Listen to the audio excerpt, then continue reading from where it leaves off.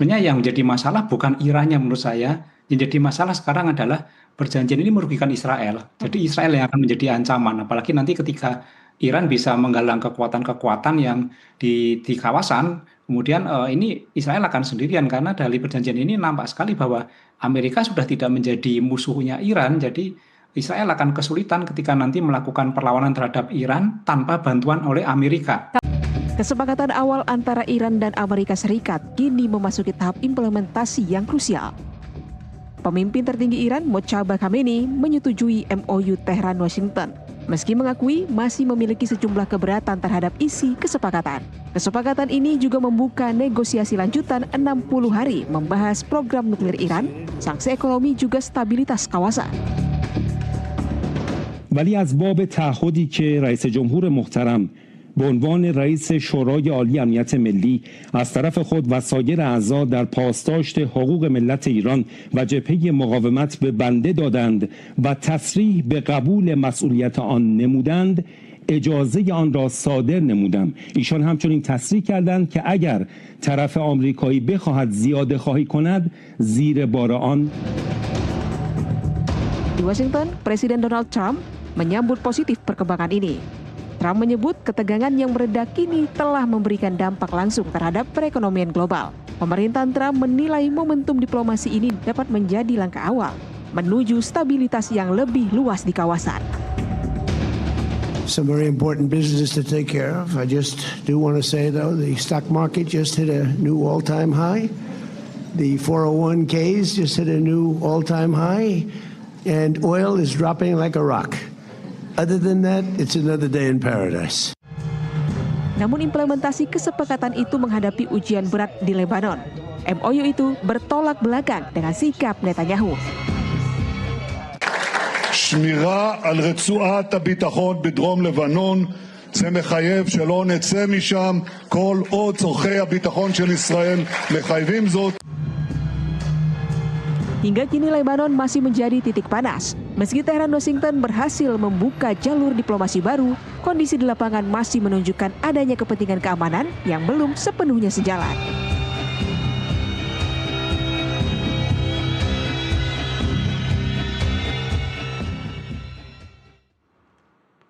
Penandatanganan MOU antara Amerika Serikat dan Iran 17 Juni 2026 menjadi momentum penting yang membuka harapan baru bagi stabilitas Timur Tengah. Namun implementasinya masih menghadapi tantangan setelah Israel menegaskan tetap melanjutkan operasi militernya di Lebanon Selatan. Kita akan membahasnya bersama Duta Besar RI untuk Lebanon periode 2019-2025 Hajrianto Tohari dan pengamat militer dan intelijen Universitas Indonesia Stanislaus Rianta. Selamat sore Pak Hajrianto dan juga Mas Stanis. Selamat sore, Mbak. Ya, selamat sore. Selamat sore, Mbak Taca. Iya, terima kasih untuk waktunya bersama kami di NTV Prime. Saya ke Mas Stanis terlebih dahulu. MOU sudah ditandatangani, tapi pertemuan tindak lanjut pertama di Swiss justru batal. Bagaimana Anda membaca perkembangan terbaru ini? Ya, kemarin saya melihat bahwa sebelum penandatanganan itu ada provokasi sebenarnya. Provokasi dari Israel yang serangan ke Lebanon dan itu nampaknya mengubah jadwal dengan tiba-tiba terjadi penandatanganan Presiden Amerika di Perancis dan penandatanganan secara digital, secara jarak jauh tidak di tempat yang sama. Dan ini kalau saya melihat malah ada perubahan situasi yang kalau kita lihat selama ini sebenarnya kan antara Amerika dan Israel itu nggak pernah ada perjanjian. Tapi antara Amerika dan Iran sekarang ada perjanjian. Ya. Dan perjanjian ini menguntungkan Iran. Saya melihat bahwa nampak bahwa sebenarnya bahwa Iran ini memenangkan situasi. Saya tidak menyebut perang ya, memenangkan situasi saat ini dan menguntungkan Iran karena nyaris klausul-klausul yang di 14 poin ini sebenarnya klausul-klausul yang dulu ditawarkan Iran dan ditolak sama Amerika. Dan sekarang disetujui dan ini agak mengejutkan juga dan kemarin situasinya nampak buru-buru sekali Amerika menandatangani ini dan ini malah tanda tanya besar sebenarnya apakah benar seperti diduga banyak pihak bahwa perang akan berakhir antara Iran sama Amerika tapi permusuhannya akan diteruskan oleh Israel. Jadi Israel melanjutkan estafet itu dengan kemudian memusuhi Lebanon, Iran seperti itu. Tapi Amerika memang harus segera keluar dari Timur Tengah dari situasi ini karena tekanan-tekanan secara politik, tekanan secara ekonomi, dan itu pasti sudah dikalkulasi oleh Trump. kalkulasi itu kalau misalnya dilanjutkan, saya meyakini bahwa kalau dilanjutkan sampai awal Juli saja itu sangat tidak menguntungkan Trump. Sehingga diambil alih, dan tadi terbukti kan ketika Trump mengatakan bahwa harga minyak langsung turun, kemudian situasi keuangan semakin stabil, ini kan menandakan bahwa tekanan paling kuat Amerika adalah tekanan ekonomi. Ini yang diungkapkan Trump tadi, dampak utama setelah perjanjian, tiba-tiba situasi ekonomi membaik. Jadi ini nampaknya ada dua kondisi, yaitu diprovokasi oleh Israel, kemudian tekanan ekonomi, dan ketika ditandatangani dengan cepat, ternyata terbukti tekanan ekonominya menurun. Masalahnya adalah sekarang bagaimana situasi nanti pasca ditinggal Amerika, apa yang akan dilakukan Israel, ini yang menjadi tanda tanya sebenarnya. Oke, saya bergeser ke Pak Hajrianto. Pak Hajrianto, kalau dari perspektif kawasan Timur Tengah, bagaimana membaca pembatalan pertemuan di Swiss hari ini? Ya, menurut saya yang paling penting justru adalah bagaimana Israel memprovokasi kesepakatan yang terjadi antara Amerika dan Iran itu dengan menggunakan Lebanon, ya. Karena Lebanon ini sebuah negara yang unik, ya, unik dalam pengertian bahwa sebetulnya Lebanon ini yang berkuasa itu siapa? Memang yang berperang dengan Israel selama ini dan yang menjadi sasaran serangan Israel itu adalah disebut sebagai basis-basis Hizbullah. Tetapi di satu pihak rakyat Lebanon, terutama rakyat sipil, juga banyak terkena akibat itu. Nah, sehingga dengan demikian Lebanon itu menjadi lahan yang subur bagi Israel untuk memprovokasi kesepakatan Amerika dan Iran itu. Belum lama berselang ketika Iran memasukkan faktor Lebanon dalam satu paket kesepakatan dengan Amerika, yaitu untuk dihentikannya serangan di Lebanon, itu bahkan Presiden Lebanon sendiri, Joseph Aoun, itu menyatakan protesnya kepada Iran agar tidak menjadikan Iran sebagai bahan atau sebagai komoditi dalam perundingannya dengan Amerika. Ini kan unik gitu loh. Iya. Karena itu maka Israel sangat berkepentingan dengan Lebanon dalam pengertian menjadikan Lebanon ini tempat yang lahan yang subur bagi keberhasilan provokasi dia untuk berakhirnya perang Amerika-Iran. Karena bagi Israel memang situasi di Iran itu belum seideal yang dia inginkan. Artinya pelemahan militer yang dialami oleh Iran akibat serangan-serangan Amerika itu belum seperti yang diharapkan oleh Israel, dalam pengertian bahwa Iran ini masih menjadi ancaman bagi Israel, apalagi ketika klausul-klausul perundingan apa yang menjadi tuntutan Iran seperti pencairan dana yang dibekukan oleh Amerika, kemudian hak untuk pengembangan nuklir dalam pengertian untuk kepentingan damai, dan lebih daripada itu pencabutan sanksi-sanksi ekonomi dan perdagangan, itu semua sangat menguntungkan Iran ke masa depan. Baik. Untuk kembali recovery dan menguat kembali, dan itu bagi Israel merupakan ancaman yang serius. Maka dari itu Lebanon benar-benar dimanfaatkan oleh Israel untuk memprovokasi kesepakatan tersebut agar tidak terjadi dan atau setidak-tidaknya tidak bisa diimplementasikan dalam waktu 60 hari ke depan. Baik, Pak Hajrianto, kalau Anda melihatnya pembatalan di Swiss hari ini, kembali lagi ke situ ya Pak Hajrianto, apakah itu memang sinyal bahwa Israel berhasil melakukan sesuatu untuk mengganggu penandatanganan MOU yang sudah ditandatangani secara digital pada 17 Juni? Ya, karena kita harus melihat faktor hubungan yang sangat istimewa Israel dan Amerika ini. Hubungan Israel dan Amerika itu betul-betul hubungan yang yang eksepsional ya. Hubungan yang eksepsional, bukan hanya istimewa atau luar biasa, tetapi hubungan yang eksepsional dan dalam banyak hal itu unconditional. Sebuah hubungan dan kerjasama yang seringkali saking eratnya itu tanpa syarat ya, yang ketika Amerika menjual senjata ke negara-negara lain itu ada persyaratan-persyaratan yang begitu rigid dan banyak, tapi dengan Israel seringkali itu tidak menggunakan kesepakatan itu. Karena itu kita membaca kemarahan atau kekesalan Presiden Trump baru-baru ini kepada Perdana Menteri Netanyahu, bahkan juga apa yang diekspresikan oleh Wakil Presiden Amerika kepada kabinet yang melakukan kritik penyerangan kritik yang menyerang Presiden Trump dan sebagainya itu hanya sebagai sebuah perselisihan antar dua kawan yang luar biasa dekatnya, yang istimewa dan eksepsional itu. Baik. Karena itu kita mesti membaca apa yang terjadi di Swiss itu dalam konteks seperti itu, yaitu pertanyaan apakah sungguh-sungguh atau benar-benar terjadi hubungan yang tegang antara Amerika dan Israel seperti yang dalam pemberitaan itu, ataukah ini hanya sebuah friksi-friksi kecil seperti perselisihan atau perbedaan pendapat atau perbedaan sikap antar dua saudara dekat, bahkan saudara kandung begitu ya, secara politik dan ideologis, dan karena itu tidak benar-benar terjadi sebagai sesuatu yang serius. Oke, baik. Saya ke Mas Stanis lagi untuk membedah. Ada pernyataan dari Jubir Wapres AS JD Vance yang mengatakan alasan pembatalan Swiss adalah logistik negosiasi ini tidak pernah sederhana atau dapat diprediksi. Apa yang kira-kira bisa kita maknai dari pernyataan logistik negosiasi ini, Mas Stanis? Ya, saya kira ini terkait isi mungkin. Ini terkait isi perjanjian yang meskipun sudah ditandatangani ya, Mas Stanis? Ya, sudah ditandatangani, tapi kan ada klausul 60 hari ya untuk disepakati atau dilaksanakan ya.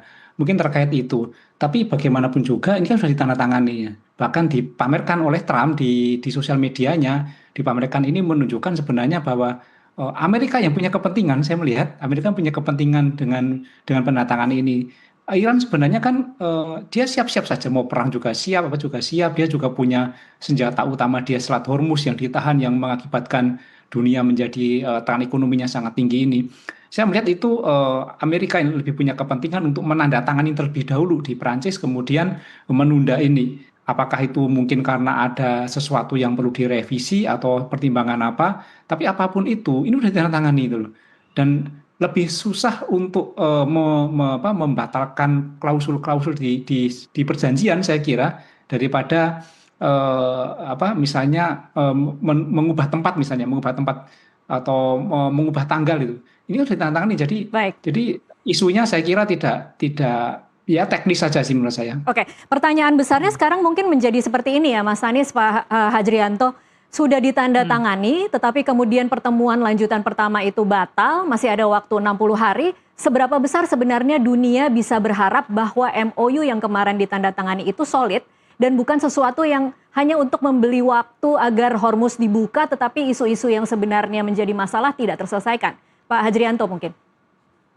Ya, saya rasa dunia lebih besar condong kepada optimisme ya terhadap perkembangan ini, meskipun ada pembatalan, tetapi juga di samping ada waktu 60 hari, juga dunia melihat bahwa potensi perang di Timur Tengah itu nampaknya sekarang ini kan tinggal oleh Iran gitu loh.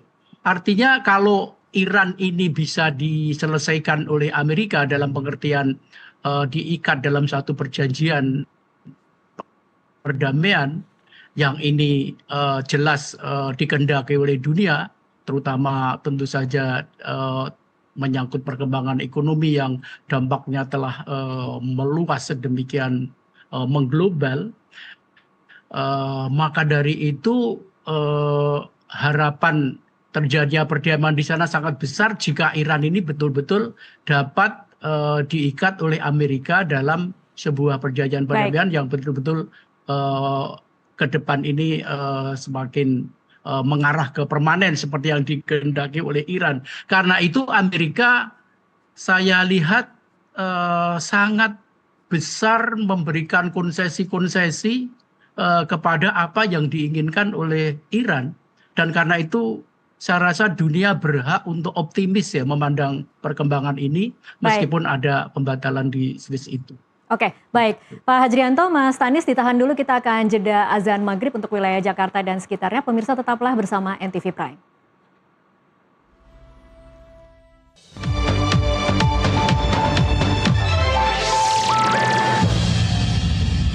Pemirsa, terima kasih Anda masih bersama NTV Prime. Kita lanjutkan perbincangan. Saya ke Mas Tanis lagi. Mas Tanis, membaca 14 poin MOU Amerika Serikat dan Iran, kan memang banyak orang yang kemudian beranggapan bahwa memang Iran yang lebih banyak diuntungkan dari poin-poin kesepakatan ini. Analisa Anda, seberapa realistis poin-poin itu nanti implementasinya akan berjalan mulus untuk kepentingan Iran? Saya kira tidak begitu mulus ya, tapi keuntungannya Iran adalah dia mendapatkan perjanjian, dan perjanjian ini kan sudah final ya. Jadi mungkin pelaksanaannya akan tersendat-sendat, tidak mulus. Sebenarnya yang menjadi masalah bukan Irannya menurut saya, yang jadi masalah sekarang adalah perjanjian ini merugikan Israel. Jadi Israel yang akan menjadi ancaman, apalagi nanti ketika Iran bisa menggalang kekuatan-kekuatan yang di kawasan, kemudian ini Israel akan sendirian, karena dari perjanjian ini nampak sekali bahwa Amerika sudah tidak menjadi musuhnya Iran, jadi Israel akan kesulitan ketika nanti melakukan perlawanan terhadap Iran tanpa bantuan oleh Amerika. Kalau tadi Anda mengatakan bahwa ini mungkin damai antara Amerika Serikat dan Iran, tetapi kemudian dilanjutkan atau estafetnya dilanjutkan oleh Israel, ini artinya Israel berjuang sendirian atau jangan-jangan Amerika Serikat masih memberikan dukungan secara tidak resmi, baik itu berupa kapital kepada Israel? Ya, mereka kan berkawan sudah lama, kayak ibaratnya tadi saudara kandung ya. Mungkin akan membantu dalam kapasitas supaya tidak sampai terbuka dan melanggar perjanjian. Jadi bantuan-bantuan itu diusahakan supaya tidak melanggar perjanjiannya. Bisa seperti itu ya Mas Tanis? Bisa ya Iran kemudian... Saya kira banyak cara lah. Ada banyak cara, oke. Oke. Baik, saya ke Pak Hajrianto untuk melihat bagaimana sebenarnya membaca 14 poin MOU itu, dan kemudian realistisnya apakah memang akan seindah itu untuk Iran mendapatkan semua yang diinginkan? Ya, saya melihat kalau antara Amerika dan Iran, saya rasa berhasil ya. Dalam pengertian bahwa ini akan berjalan, meskipun tentu saja di lapangan akan ada beberapa masalah, tetapi saya rasa secara umum boleh dikatakan mungkin agak simplistis bahwa Iran, Amerika selesai. Begitu. Tetapi memang kemudian sekarang Israel ya, karena Israel kan berkali-kali menyatakan dengan tegas dan bahkan dengan sengit, bahkan Israel tidak termasuk pihak yang berunding ini. Artinya Israel tidak menjadi bagian dari para pihak, dan karena itu maka dia ekspresikan dan dia artikulasikan dalam bentuk serangan-serangan ke Lebanon yang tidak surut, tidak berkurang, bahkan pernyataan bahwa tidak akan mundur dari wilayah Lebanon Selatan yang sekarang diduduki oleh Israel. Dan juga yang kedua, Israel tetap saja melakukan serangan-serangan ke Gaza. Dan karena itu maka memang ini nanti tinggal bagaimana Israel dalam melakukan bantuan militer atau dalam pengertian memberikan dukungan militer kepada poros perlawanan yang selama ini memang menjadikan Iran sebagai patronnya, yaitu di Lebanon melalui Hizbullah dan di Gaza melalui Hamas. Dan karena itu krusialnya itu nanti di sini, apalagi kita mendengarai bahwa Israel memang serius untuk mengganggu kesepakatan perdamaian antara Amerika dan Iran ini. Saya rasa krusialnya itu nanti di situ. Sehingga tidak begitu saja dapat menyelesaikan persoalan di Timur Tengah karena faktor Israel itu tersebut. Baik, memang agak mengkhawatirkan ketika melihat pernyataan dari pejabat Israel yang mengatakan bahwa Netanyahu akan berusaha membentuk perjanjian akhir Amerika Serikat dan Iran, dan juga Netanyahu yakin tidak akan ada perjanjian akhir antara Amerika Serikat dan Iran. Pak Hajrianto, ini kalau membaca statement-statement ini, kira-kira skenario terburuk apa yang perlu diantisipasi dunia terhadap apa yang mungkin dilakukan Israel dalam upaya mengganggu proses 60 hari ke depan antara Amerika Serikat dan Iran? Ya, pertama Israel ini sangat berpengalaman ya, bukan hanya berpengalaman dalam perang dengan negara-negara Arab dan Palestina ya, dalam kerangka itu, tetapi juga sangat berpengalaman berhubungan dengan Amerika. Tidak sekali dua kali Israel dan Amerika itu mengalami tension ya, ketegangan hubungan antara keduanya, tapi berkali-kali dan hampir semuanya bisa diselesaikan dengan baik, dan kemudian kembali dua negara ini menjadi dua sejoli yang sangat kompak, yang puncaknya itu di kemarin ketika Amerika dan Israel bersama-sama melakukan serangan kepada Israel. Itu digambarkan oleh para pengamat dan para pakar bahwa itu hubungan kerjasama militer yang sedemikian luar biasa yang belum pernah terjadi sebelumnya antara dua negara itu. Itu juga menunjukkan bahwa dinamika hubungan Israel dan Amerika ini tidak bisa dilihat dalam satu foto saja, tetapi harus dilihat dalam seperti bioskop, seperti film panjang ya, yang akan menjelaskan semua. Karena itu maka dunia jika ingin memelihara optimisme yang besar ini harus terus-menerus mengingatkan, melobi, memberikan tekanan kepada Amerika untuk tetap dalam posisi yang betul-betul menghendaki terjadinya perdamaian yang permanen di Timur Tengah yang diawali dari Amerika dan perdamaian antara Amerika dan Iran ini. Karena itu tuntutan Iran itu mendapatkan dukungan internasional yang luas, karena Iran menginginkan betul-betul terjadi sebuah perdamaian yang permanen. Baik, begitu. Mas Tanis, mungkin pertanyaan yang sama, kira-kira apa yang perlu diantisipasi dunia terhadap manuver-manuver yang akan dilakukan Israel untuk mengganggu proses 60 hari ke depan antara Amerika dan Iran? Ya, saya kira tidak sebesar dampak dari perang Amerika-Iran ya.